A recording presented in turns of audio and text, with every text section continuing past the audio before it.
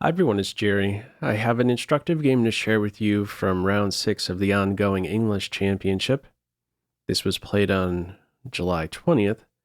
On the white end, Michael Adams playing in Shreyas Royal. All right, the opening we have here, Petrov's defense, only a 30-move game. Rare, I would say, out of this opening. After Black's 19th move, we're looking at an evaluation that's nearly +2, and that decisive advantage for White is maintained throughout. This is a very high-level game by Michael Adams, as you will see when I share the tail of the tape. Now, early days here, these moves coming in, no issues. The first moment to really speak of is right about here, noting move order. So White continues with rook e1, and only then knight b to d2. If you play knight b to d2 first, and Black captures, you don't have anything better here than to recapture and support the bishop on d3. If you try bishop captures bishop, you drop your rook. So it is first rook e1, and only then knight b to d2. Difference? Knight captures knight, bishop captures bishop is there. So that would be excellent for White. Bishop pair and also lead in development. Black's best response, the move in the game, knight d6. The knight drifts towards the kingside, eyeing g3, takes the you take me approach. c6, bishop f4, already looking to swipe the defender of f5, winning a piece. Black releases the tension, and the black knight angles for the e6 square. This is a healthy maneuver. Everything Black is doing so far so good. So where do we go from here? Well, we have an h-pawn launch, looking to provoke some weaknesses. So let's see how Black ends up handling this pawn exactly, and a piece that ends up dropping into e5. Knight e6 follows. This pawn was poisoned, by the way. Bishop captures pawn. You take here, and the queen recaptures. You drop the knight. So poison pawn on h4. Knight e6 it is. Bishop e5. And from here, rook e8 is played. Still everything healthy, what Black is doing. Here's something I tested out. I was wondering about knight c4 move. Do know these knights are competing for these two important light squares. If Black tries knight c4, targeting b2, the bishop, White can respond with knight f5, immediately hopping into this excellent post. This pawn would be poisoned. If knight captures bishop, you could take the bishop, recapture. Things are very smooth for White there. Full control over that only open file. Here's the detail I wanted to point out with this line. I always like to test out, or at least know, where the compensation is going to be if I'm losing a pawn. This b pawn is poison. Frequently, the b pawn is poison, and it is certainly poison in this line. The queen is under fire. She goes to b3, and now we see a trick available for White. Not too surprising when there's a knight on f5. Here's how you can continue. There's bishop captures g7, swiping the big 2-point pawn. The idea, knight recapture, you can take on e7 with check, take next on b7. That is collapsing very fast for Black. So we have a move up our sleeve, in short, if this knight tries to dive into c4. We have in this game rook e8, h5. At this point, Black plays f6. And I believe this is the moment, this is the move we could identify as Black's first misstep. There are weaknesses created, e6 a hole, g6 not quite a hole, but a bit more sensitive, and it's this G6 square that we really see exploited in this one. Now, what does the computer want to play? It says back the bishop off, and a nice point behind bishop to f8. Let me make a healthy move for white. Nice point is that this queen's eyes now open up directly to g5, and knight g5 is supported in this position. This would be a nice trade to get in. The knight on f3 is a very strong piece, and black also coordinates well on e4. All right, how it is played here: f6, bishop for knight exchange, knight f5, and from here queen d7.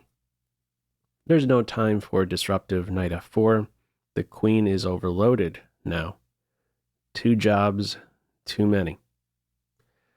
I carried this one out a little bit. In this position, the knight and the queen are under fire, but yeah, there is a queen a3 move to defend the knight. So my point, this knight jump into f4, no good. We have queen d7, knight 3 to h4. Not so easy to get rid of this knight with this grip over g6. Not so easy to play g6 with the pawn on f6. Okay, a follow-up from here, move 19, knight f8. And from this point on, it's winning for white. Now, best, it points out bishop f4 to g5. It really wants to get a bishop for knight exchange in there, or at least shoot for that. All right, in this one, knight f8 it is. Queen f3, forget about bishop f4 moves. Bishop c7. Black is not in a position, do you know, to get trades in there. Rook trades in particular. You exchange, you play rook to e8. It's that same story. The queen would be overloaded. Still has that responsibility to babysit the bishop backs off. Queen is freed up from that defensive role. Until now, she's given another job.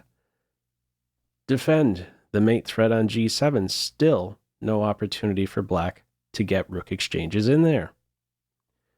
Also, there is a pin. No time to try to get in g6 either. Queen f7 runs right into knight h6. You lose the queen.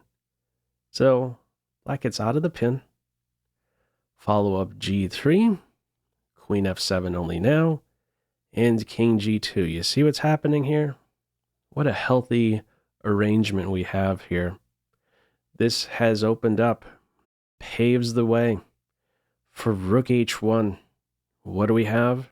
A fishing pole idea right around the corner. What are you supposed to do about this? Is this the moment to try and scare this knight away? Now that you're out of a pin, now that there won't be a knight h6 move with a fork, this is not going to work. In the game, rook a to d8 is played. Let's test this out. Let's test this out. What happens if g6? Well, you can take and then put the rook on the h file. Good luck. You're not surviving this. So what are you supposed to do here? Yeah, get the king off the h file. There you go. There's a fork. And you swipe this knight. Okay, this is going to be painful. Discovered check. Queen blocks. That would be a fun way to see the game end. Queen g7 for mate. If the knight blocks, yep, we just smash right through. And this here is winning for white.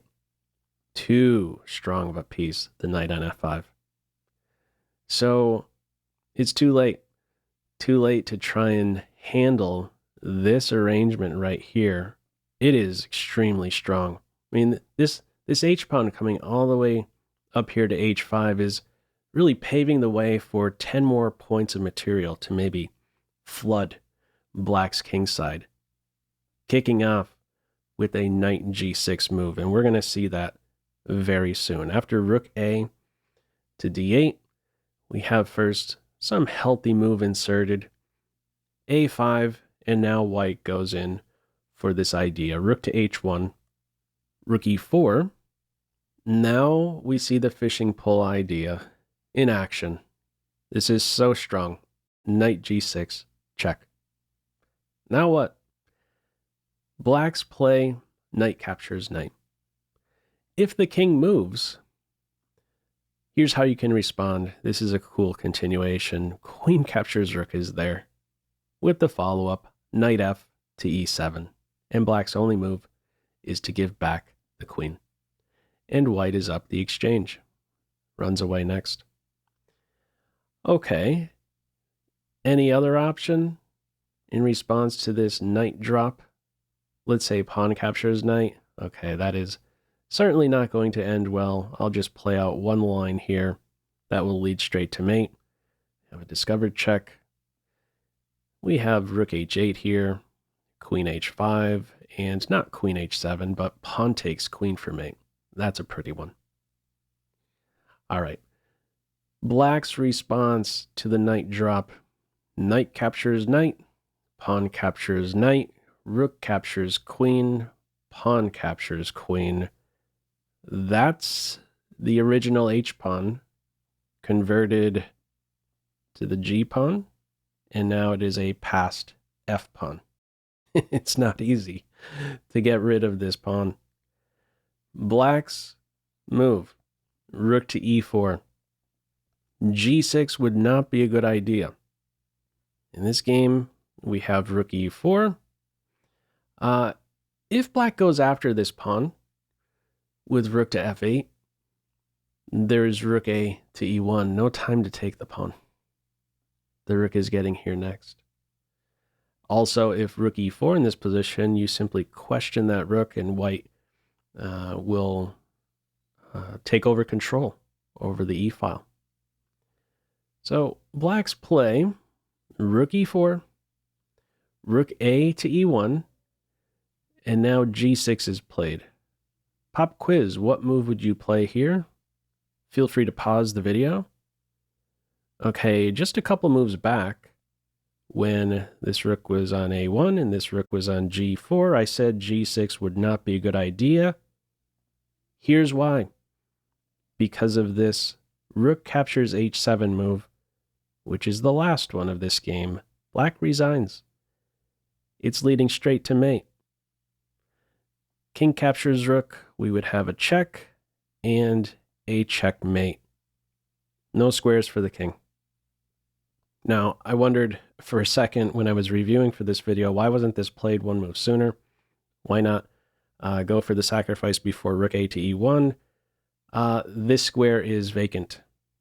So if you chop here and then go with the check, king can slip away. But how it is played in this game, g6 in there, that is no longer an option for the king, and this will be leading to mate in just a couple from here. So what a cool game. This idea, just going back here to this arrangement, this is so strong. Everything is really attacking the king with this arrangement here. Knight tucked behind the pawn, that drop into g6. You don't want to be on the h-file because of the rook on h1, and you don't want to be on the g-file because of the queen on g4. Very problematic for black. Anyhow, your thoughts on this one. Feel free as usual to leave any feedback to this video in the comment section below. I hope you enjoyed it and maybe took a thing or two away. That's all for now. Take care.